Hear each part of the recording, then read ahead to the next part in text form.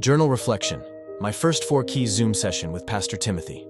When I joined the Zoom session hosted by Pastor Timothy and the Australian group, my heart carried both expectation and familiarity. This was not my first time.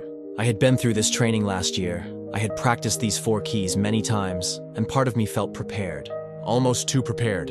Inside, I caught myself thinking, I know how to do this. I already understand how to quiet myself, how to look, how to hear, how to write. But in that very moment, I felt something rise, something like pride, a subtle reliance on what I had learned before. And the Lord gently caught me.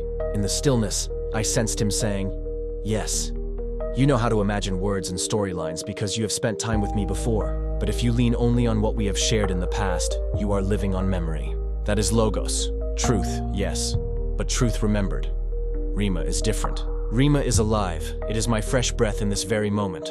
If you want my voice today, you must not rely only on yesterday. You must still your heart again and tune to me now." That pierced me deeply. I realized then that the 4 keys are not just a method, not a technology. They are not steps to master with the mind. Stillness is not just slowing down the body or emptying thoughts. True stillness is returning to the spirit, detaching from the restless activity of my thoughts, detaching even from the swirl of my emotions, and coming back into that hidden place where my spirit and the Spirit of God are mingled as one. So I breathed slowly, deeply. I let the noise of my soul sink. With eyes closed, I whispered in the silence of my heart, "Jesus, how much do you love me?" This time I did not search for verses. I did not reach for explanations my mind already knew. Instead, I let my feelings yearn, my soul ache with longing just to feel and know his love. And it was in that posture, more emotional than rational, more yearning than explaining, that a vision opened before me. I saw 2 scrolls, one unrolled to my left, one to my right. As they opened, each revealed a path, a road winding through mountains. The scenery was breathtaking, like an ancient Chinese painting with misty peaks, curving valleys, beauty etched in every line. Both paths looked similar, both seemed to lead forward, both carried the imprint of love. At first I was unsure. What did it mean? Why 2 scrolls? Then, as though light touched my understanding, I felt his voice forming within me. These are 2 scrolls of love. One is your scroll, written with your choices and your timing. The other is my scroll, written with my hand. Both are covered in my love, for I will never stop loving you. But one carries the weight of your striving, the limits of your vision. The other carries the fullness of my spirit, my will, my story for you.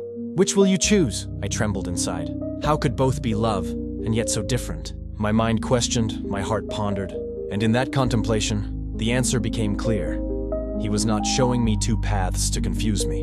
He was showing me the greatness of his love, that even if I choose my own way, his love remains. Yet he was also inviting me into something deeper, to walk in his scroll, his story, his timing. Yes, that was his answer. I had asked, "Jesus, how much do you love me?" And he showed me, "So much that my love marks every road you walk. But even greater is my love that offers you my scroll, my story, so you can walk with me in my way." And in that moment, I understood. The heart of stillness is not emptying for the sake of quiet. It is returning to the spirit, where his spirit meets mine. It is there that his Rima breath flows fresh. It is there that my questions are answered, not by my mind searching, but by his spirit revealing. That evening, I left the Zoom session not with a technique, not with pride, but with revelation. I knew Jesus had answered me. His answer was both love and invitation. His love is always with me, but his scroll, his way, is the true path of intimacy. And so my heart rests. To be still is to be with him.